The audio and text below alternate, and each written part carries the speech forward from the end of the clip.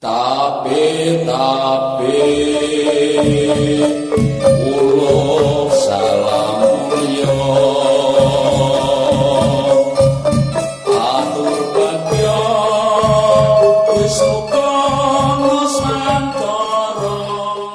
Hong wilahing jati nuhuni hajat-hajati leluhur Nusantara tapi uluk salam mulia. Sebuah kecerdasan yang patut kita apresiasi ya atas anak-anak bangsa sekarang, anak bangsa Nusantara yang saya maksud putra-putri Praja Nusantara yang bahwasanya pembangunan sudah semakin maju, apalagi di era Pak Jokowi ini kan jalan tol sampai 1.900 km, bukan persegi ya, tapi panjangnya gitu loh. Jadi kemajuan itu sudah luar biasa, dan bagaimana kita bisa menikmati kemajuan itu tentunya kita patut mensyukuri dan lalu kita menggunakan yang seefektif dan efisien mungkin. Itu kalau istilah Pak Harto dulu. Jadi saya cukup mengapresiasi atas lajunya pemerintahan Negara Kesatuan Republik Indonesia ya.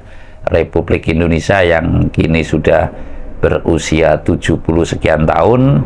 Patut kita mensyukuri kemajuan ini memang sudah luar biasa lah, mengancik kepada besok tahun 2024 ini akan diselenggarakannya tahun politik atau pesta demokrasi.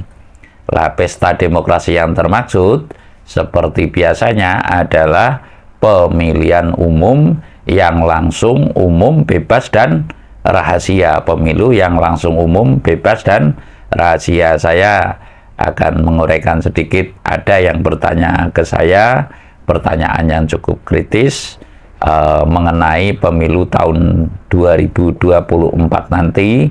Mbah, kalau menurut panjenengan pemilu tahun 2024 ini masih ada presiden apa tidak gitu.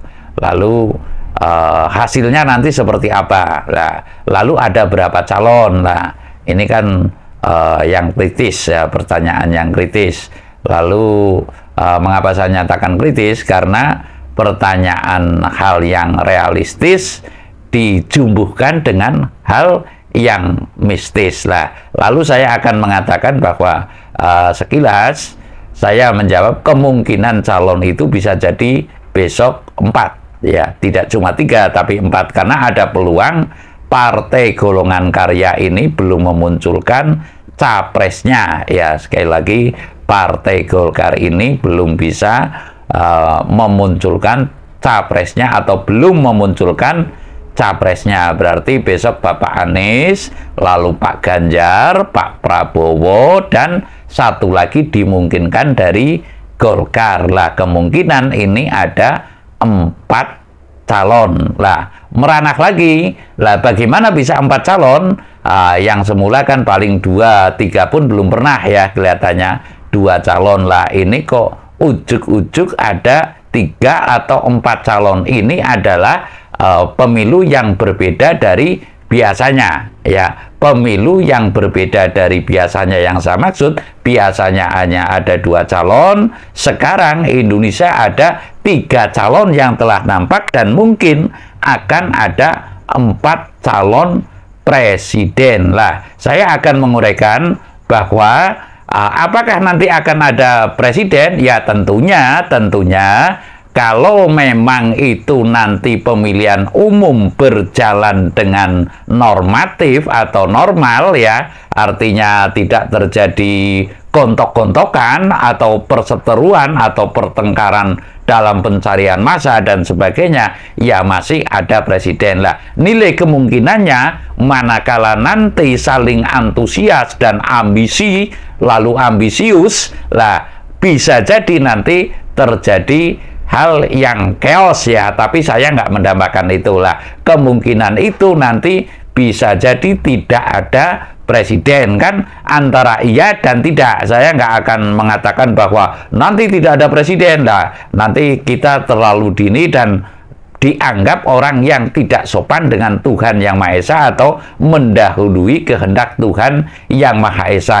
Namun satu sisi saya akan mengatakan kemungkinan besar, dan saya boleh dong mengatakan bahwa keyakinan saya besok pemilu tahun 2024 ini tidak terrestui oleh leluhur. Ya, sekali lagi saya mengatakan bahwasanya besok tahun 2024 saya meyakini, saya yang lain nggak yakin nggak masalah, saya meyakini bahwasanya tahun 2024 nanti pemilu ini tidak terrestui oleh leluhur. Lah, padahal restu leluhur ini adalah sangat dipentingkan atau merupakan tangga naik kepada ridhonya Tuhan Yang Maha Esa. Ya, sekali lagi, tangga naik harus ada restunya leluhur. Makanya orang ke Wahyon mesti mencari restu leluhur dulu. Mengapa saya mengatakan bahwasanya pemilu tahun 2024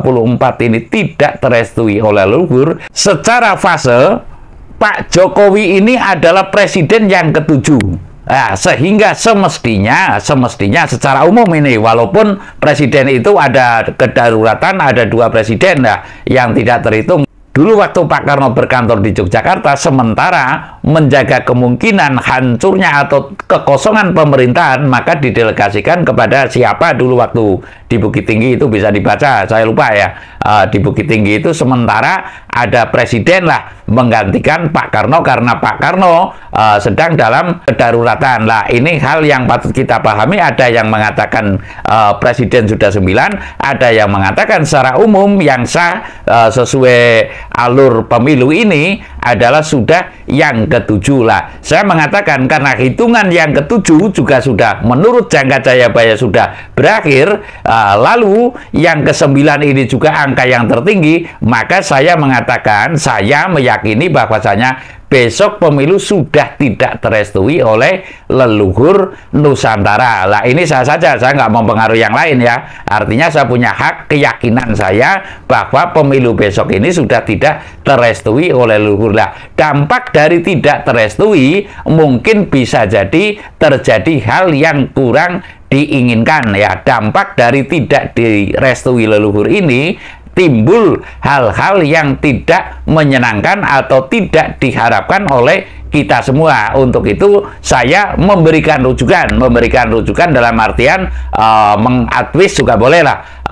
Kalau pemilu besok ini tidak perlu kita itu saling ambisius untuk menjadikan calon-calonnya, menghindari dampak yang tidak pas, menghindari dampak-dampak yang kurang menyenangkan pada diri kita dan pada bangsa kita, sehingga kita stabil saja. Kita suka kepada umpamanya Pak Prabowo atau Pak Ganjar, tetap kita landai saja. Mengapa? Ini adalah yang pertama kalinya calon presiden lebih dari 2. Sekali lagi, ini adalah yang pertama kalinya calon presiden Indonesia itu lebih dari 2, sehingga ada kemungkinan perhitungan nanti pemilu ulang ya. Pemilu ulang dalam artian kan bisa 2 kali putaran yang dimaksud. 2 kali putaran pemilu ini tentunya bisa terjadi karena ada 3 calon lah. Untuk kali ini saya mengatakan yang pada prinsipnya bahwa pemilu tahun 2024